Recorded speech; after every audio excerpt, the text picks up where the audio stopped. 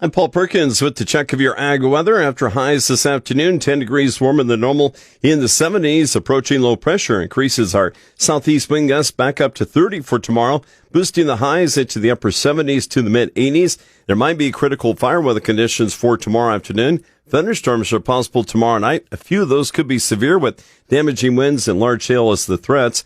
Wednesday's highs cooling back into the mid-60s to the mid-70s. Fire weather concerns may increase again with some gusty north winds. A cold front bringing a good chance of thunderstorms by Wednesday night. A few of those could be strong to severe. Significant rain amounts may occur, but mainly to the southeast. Light rain chances persisting for Thursday through Friday night. Highs cooling into the upper 40s to the 50s for Friday on into the weekend. Thunderstorm chances may return early next week, but there are still quite a few model differences regarding the track and the strength of that system.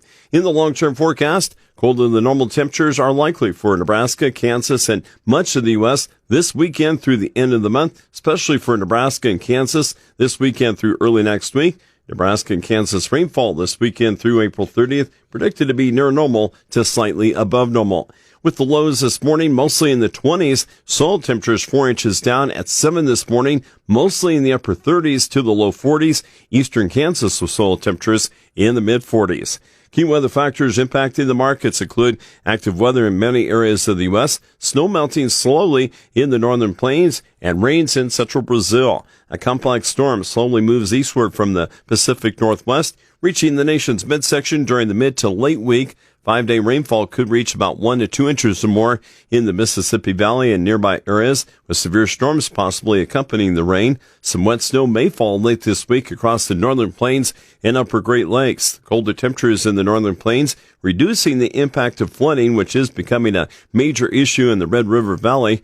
Dry weather continues the next 5 days across the southern plains. The southern plains dry weather could lead to blowing dust and a much higher fire threat. For the plains and Midwest, frost may occur this weekend, and the colder temperatures will be unfavorable for winter wheat along with corn and soybean planting. Across south central Brazil, scattered rain continues. After some good rainfall in many areas of Brazil, drier conditions are looking more likely later this week. Wet season rains in Brazil going to be in short supply the rest of the month for late planted second crop corn in the developing stage. Argentina was mostly dry this past weekend. Isolated rains are expected in Argentina this early week before drier weather next week, conditions that are good for harvesting a damaged crop. Argentina soil moisture still below optimal for winter wheat planting, and a drier stretch not helpful once planting starts at the end of the month. More rain is needed. I'm Paul Perkins. That's a check of your ag weather.